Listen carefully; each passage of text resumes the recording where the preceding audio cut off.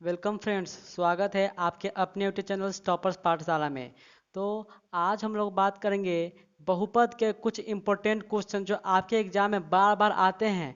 अगर आज का वीडियो आप लोग देख लिए तो बहुपद का एक भी सवाल आपके एग्जाम में नहीं छूटेगा, इसकी गारंटी मेरी है। तो बहुपद के जितने भी टाइप के क्वेश्चन बनते हैं जो आपके एग्जाम के लिए इम्पोर्टेंट है, वो सारे के सारे एक ही वीडियो में मैं लाया हूँ। आप लोग ठीक से देखिए। तो सबसे पहला टाइप है कि हमको शून्यक और गुणांक के बीच में संबंध स्थापित करना होता है।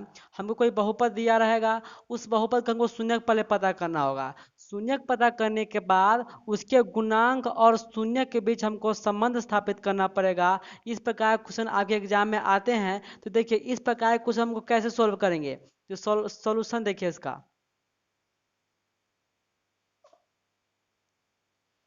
देखिए यहाँ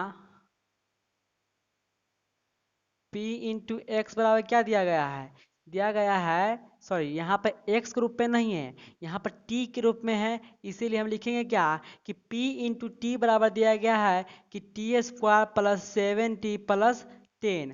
हमको पहले इसका शून्य ज्ञात करना है, और शून्य ज्ञात करने के बाद हमको शून्य और गुणांकों के बीच संबंध स्थापित करना है। देखिए किसी भी बहुपद का शून्य निकालने के लिए हम क्या करेंगे, उसके बराबर जीरो रखते हैं। तो देखिए हम लोग इसको रख सकते हैं कि T square plus 7t plus 10 बराबर जीरो। अब हम लोग क्या करेंगे, इसको गुणनखंड विधि सॉल्व करके हम इसका शून्य निकालेंगे।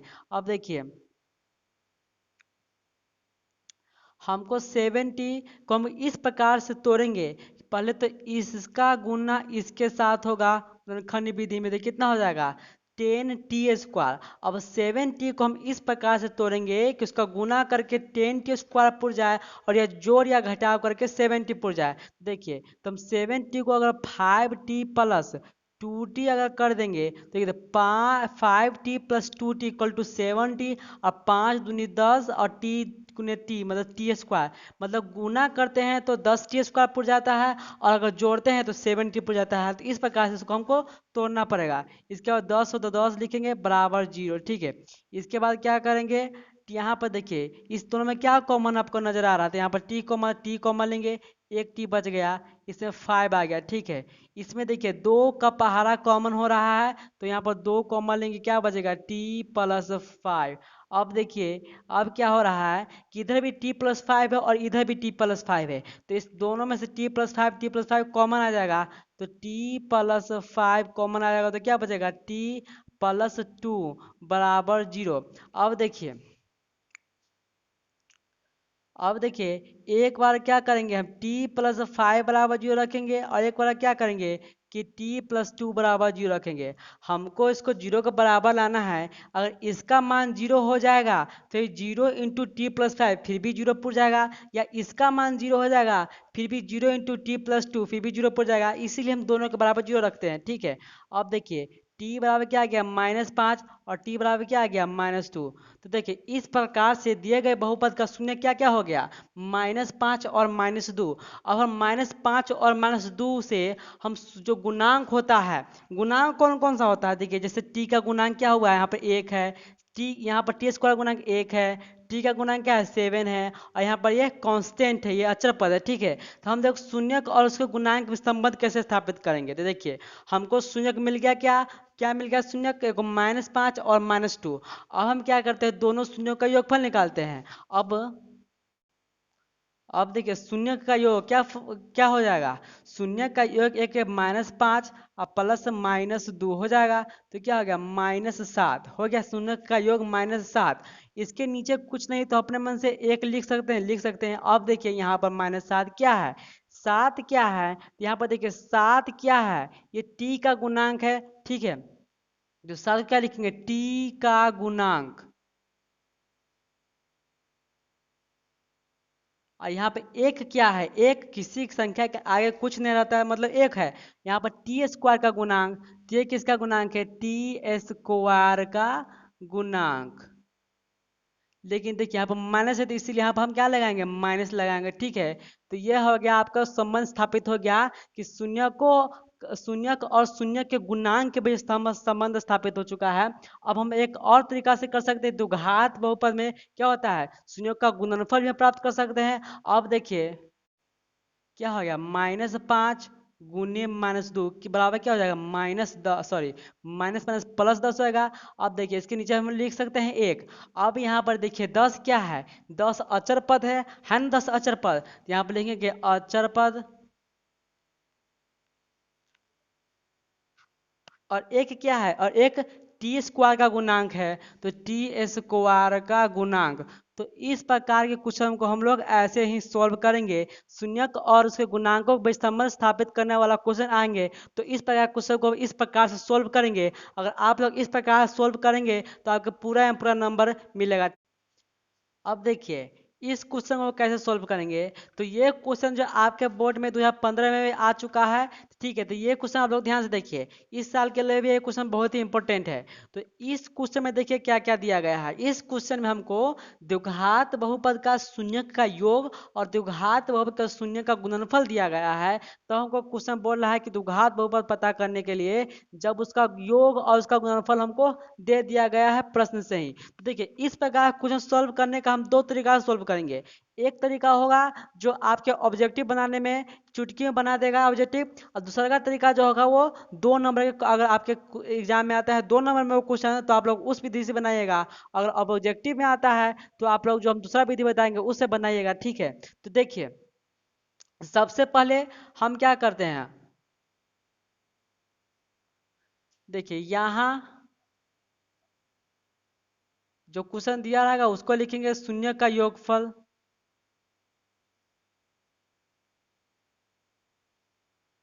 -3, और शून्य का गुणनफल कितना दिया गया है 2। इसके बाद क्या करेंगे, हम लोग जानते हैं कि जो द्विघात बहुपद का व्यापक रूप जो होता है ax² + bx + c होता है। तो हम लोग मानते हैं, माना कि द्विघात बहुपद p इंटू एक्स बराबर क्या मान लिए ax² + bx + c। इस प्रकार से हम कोई द्विघात बहुपद माने, ठीक है, ठीक है, जिसका शून्यक क्या होता है, जिसका शून्यक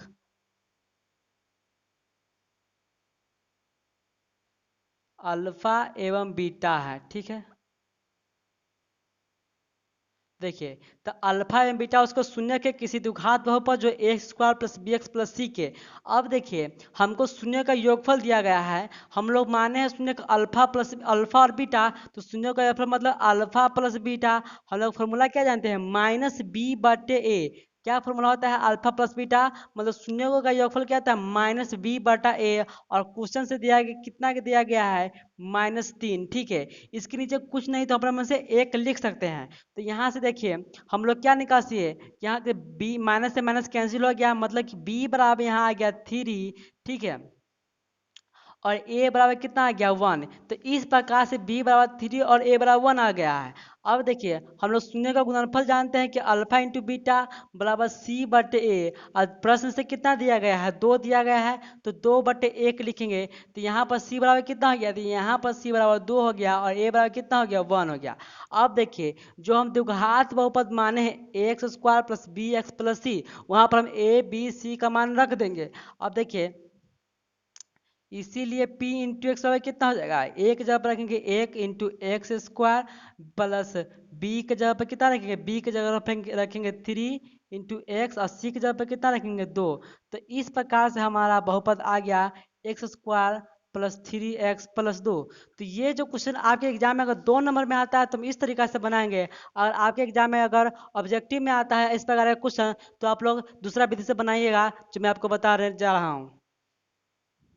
देखिए जो दूसरा तरीका है क्या है कि अगर हमको कभी भी शून्यक और गुणनफल दे दिया रहेगा, तो अगर हमको द्विघात बहुपद या त्रिघात बहुपद निकालने के लिए कोई क्वेश्चन बोलेगा, तो फॉर्मूला में क्या बताया था, द्विघात बहुपद के लिए हम लोग क्या लिखेंगे p इंटू एक्स बराबर a इंटू, ठीक है, ax², देखिए यहाँ पर प्लस है इसका माइनस लिखिए, क्या लिखेंगे अल्फा प्लस बीटा, ठीक है, इंटू एक्स। और यहाँ पर देखिए माइनस काम खत्म, अब क्या लिखेंगे प्लस अल्फा इंटू बीटा। तो ये फॉर्मूला हम लोग लिखेंगे। तो हमको अगर ये फॉर्मूला से अगर हम निकाल चाहें तो 1 मिनट में निकल जाएगा। देखिए कैसे, यहाँ पर ए हो गया, एक्स जगह पे एक्स स्क्वायर लिखेंगे, माइनस की जगह पे माइनस रखेंगे। यहाँ पर देखिए अल्फा प्लस बीटा क्या है, अल्फा प्लस बीटा -3 है, तो यहाँ पर लिखेंगे -3 इंटू एक्स। अब देखिए प्लस अल्फा इंटू बीटा गुणनफल कितना है 2, तो यहाँ पर लिखेंगे 2। ठीक है, तो इस प्रकार से निकल गया क्वेश्चन कि a x square minus plus 3x plus 2। यहाँ पर ए कितना होगा, यहाँ पर ए बराबर 1 होगा। ठीक है, तो इस प्रकार से क्वेश्चन क्या बन गया, x square plus 3x plus 2, ये हमारा आंसर हो गया। तो इस प्रकार के क्वेश्चन को इस तरीके से भी सॉल्व कर सकते हैं। ठीक है, अब मैं आपको नेक्स्ट क्वेश्चन की ओर चलता हूँ।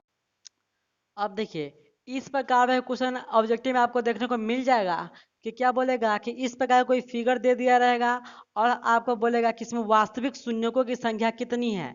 तो मैं आपको थ्योरी क्लास में बताया था कि एक्स एक्सिस को जितना बार कोई रेखा काटेगा उसमें वास्तविक शून्यकों की संख्या उतना ही होगा।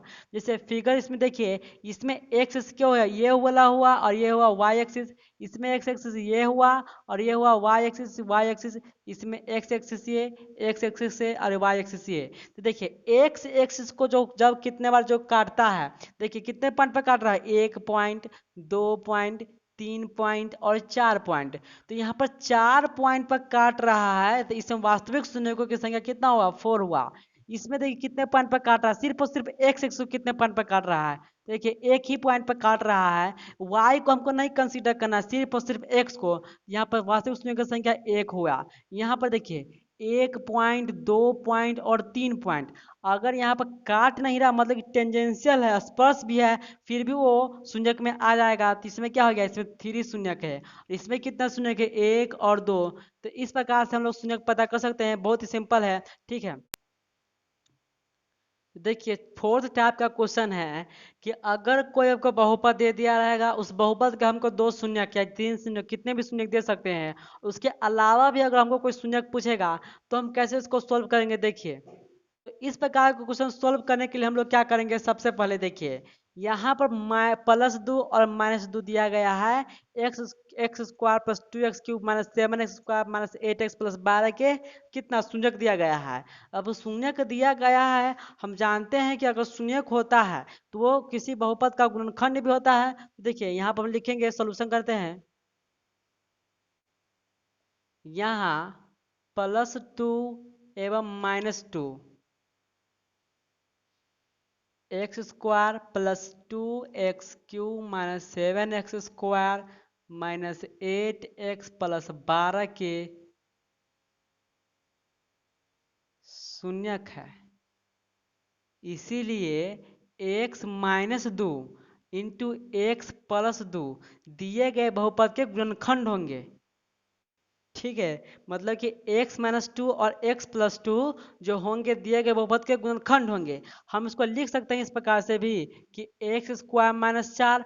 अब देखिए हम लोग कंडीशन क्या पढ़े थे कि गुणनखंड कब होता है, जब किसी बहुपद का हम भाग देते हैं अगर उसका शेषफल 0 आता है तो तब वो गुणनखंड होता है। तो हम भाग देकर चेक करते हैं, तो x-2 और x+2 दिए गए बहुपद के क्या होंगे, गुणनखंड होंगे। अब देखिए हम इसको इस प्रकार से भी लिख सकते हैं कि एक्स स्क्वायर -4 लिख सकते हैं। अब देखिए हम इसको पहले सजा लेते हैं। तो देखिए सबसे पहले तो यहाँ पर 4 है क्वेश्चन में।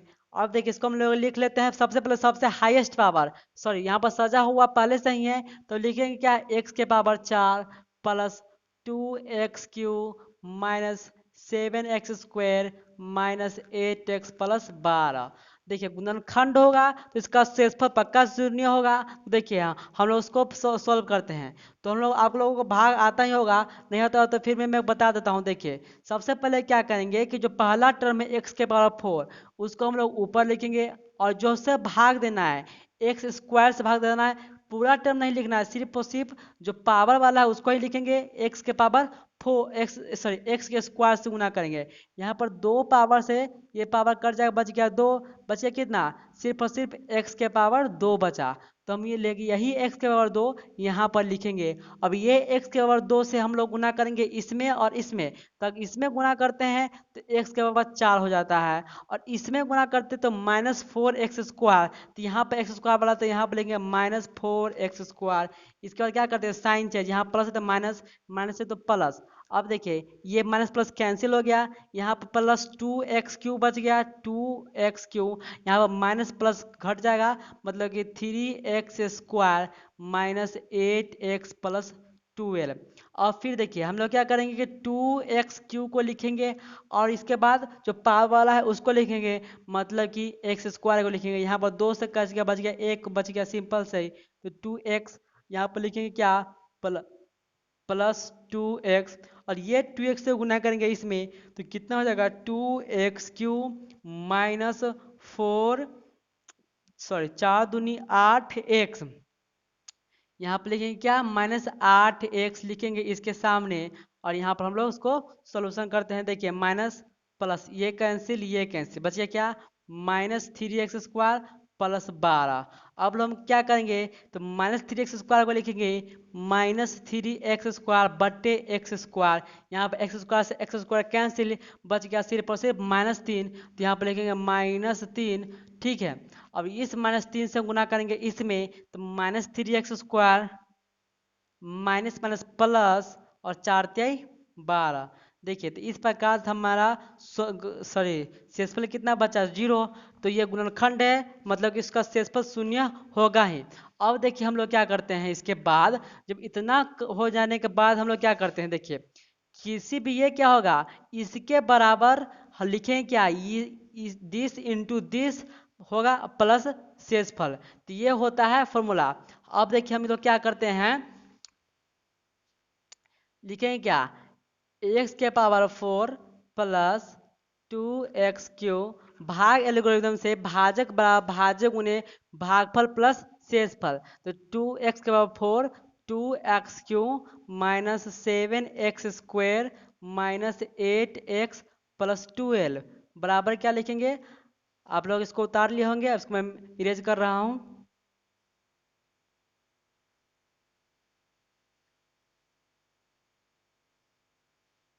बराबर क्या हो गया, यहाँ पर जो था x² माइनस 4 इंटू क्या हो गया x² प्लस 2x माइनस 3, ठीक है, और प्लस शेषफल 0, तो शेषफल 0 है तो उसको हम हटा भी सकते हैं। ठीक है, अब देखिए ये वाला तो गुणनखंड है जो कि क्वेश्चन में दिया ही गया है, इसलिए इसका शून्यक तो हम लोग ले लिए हैं, 2 शून्यक, इसको छोड़कर अब इसका शून्यक हम लोग पता करेंगे। तो देखिए x² माइनस 4 इसका शून्यक हम लोग किस प्रकार से पता कर सकते हैं, हमको पहले इसमें इससे गुना करना पड़ेगा, तो मतलब कि -3x² हमको पुराना है इस वाले 2x को तोड़कर, तो हम 2x को इस प्रकार से लिख सकते हैं, x² को रहने देते हैं, हम लिख सकते हैं कि +3x माइनस x, देखिए +3x में से -x गया तो +2x बच गया, इस प्रकार से हम लोग लिख सकते हैं इसको, और यहाँ से हम लोग इसको सॉल्यूशन करते हैं।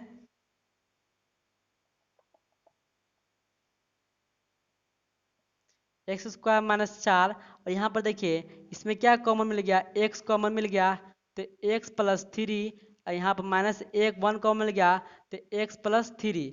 अब देखिए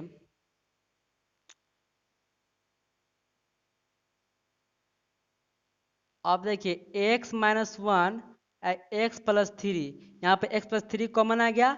ठीक है, तो इस प्रकार से हम लोग कर सकते हैं। तो ये शून्य तो 2 ठो हो गया, इसको अगर शून्य करना पड़ेगा तो अब एक बार क्या करेंगे, एक बार हम रखेंगे x माइनस 1 के बराबर 0, और एक बार क्या करेंगे x प्लस 3 के बराबर 0।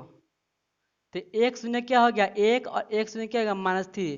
तो इस प्रकार से 2 शून्य दिया गया है, +2 और -2, बाकी बात जो 2 शून्य होंगे 1 होंगे और -3 होंगे। तो इस प्रकार क्वेश्चन को हम लोग इस प्रकार सोल्व करेंगे। थोड़ा ये बड़ा क्वेश्चन है, लेकिन आप लोगों को समझ में आ गया होगा। अगर नहीं समझ में आया होगा तो आप लोग हमारे व्हाट्सएप पर जरूर क्वेश्चन पूछेगा, मैं आपको वहाँ पर जरूर उसका सोल्यूशन दूंगा।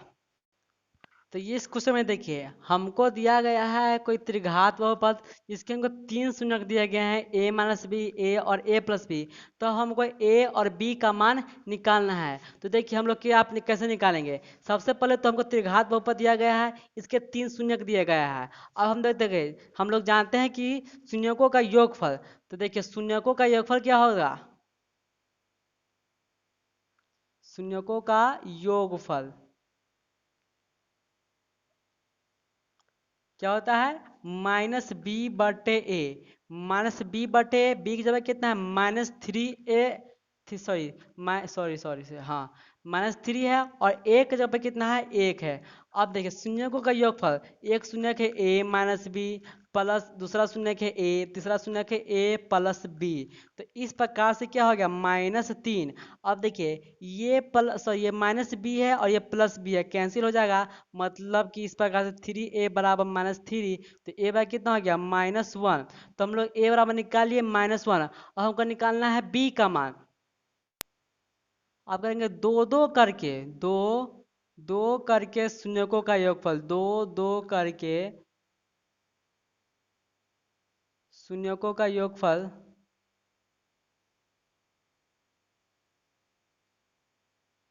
कितना होता है, फॉर्मूला से तो होता है फॉर्मूला से तो होता है c/a।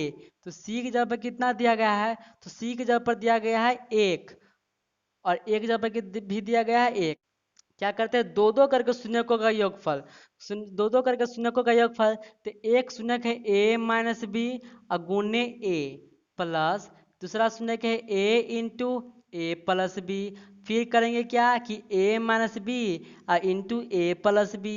तो इस प्रकार से दो दो करके शून्यकों का योगफल कितना हो गया, यहाँ पर तो एक है, ठीक है, एक लिख सकते हैं, ठीक है। यहाँ पर हम गुना करेंगे तो कितना बचेगा, a into A square minus A B plus A square plus A B plus A square minus B square बराबर 1। अब देखिए minus A B plus A B cancel, minus B square sorry यहाँ पे कितना बच गया, ए स्क्वायर और ए square मतलब कितना 3a square minus B square बराबर 1।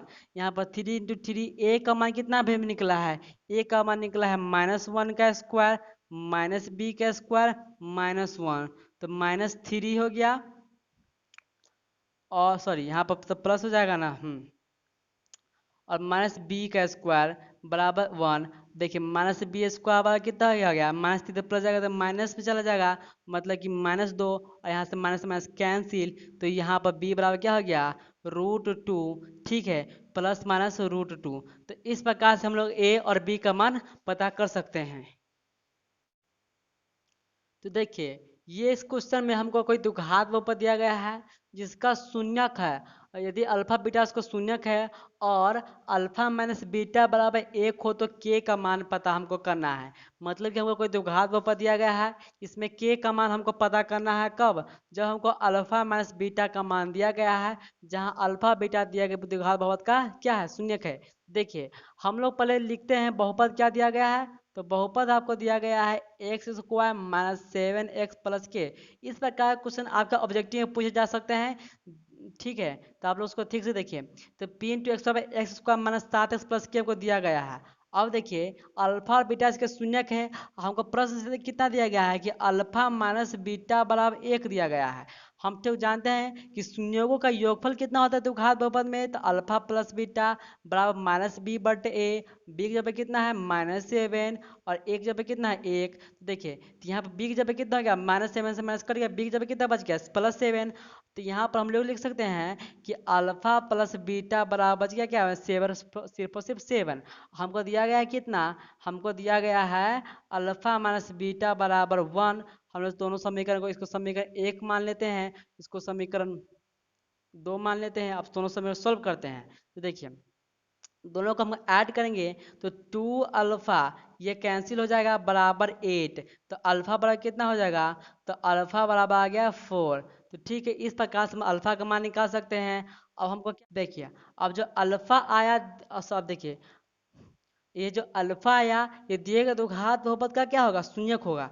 तो अगर हम अगर हम ये बहुपद का शून्यक होगा, तो अगर हम 4 रखते हैं एक जगह पर तो शून्य पूर्णा चाहिए। तो इसीलिए p इंटू 4 बराबर शून्य पूर्णा चाहिए, क्यों, क्योंकि ये शून्यक है ना, इसीलिए। तो देखिए तो हम लोग रखेंगे 4 का स्क्वायर -7 × 4 प्लस के बराबर 0।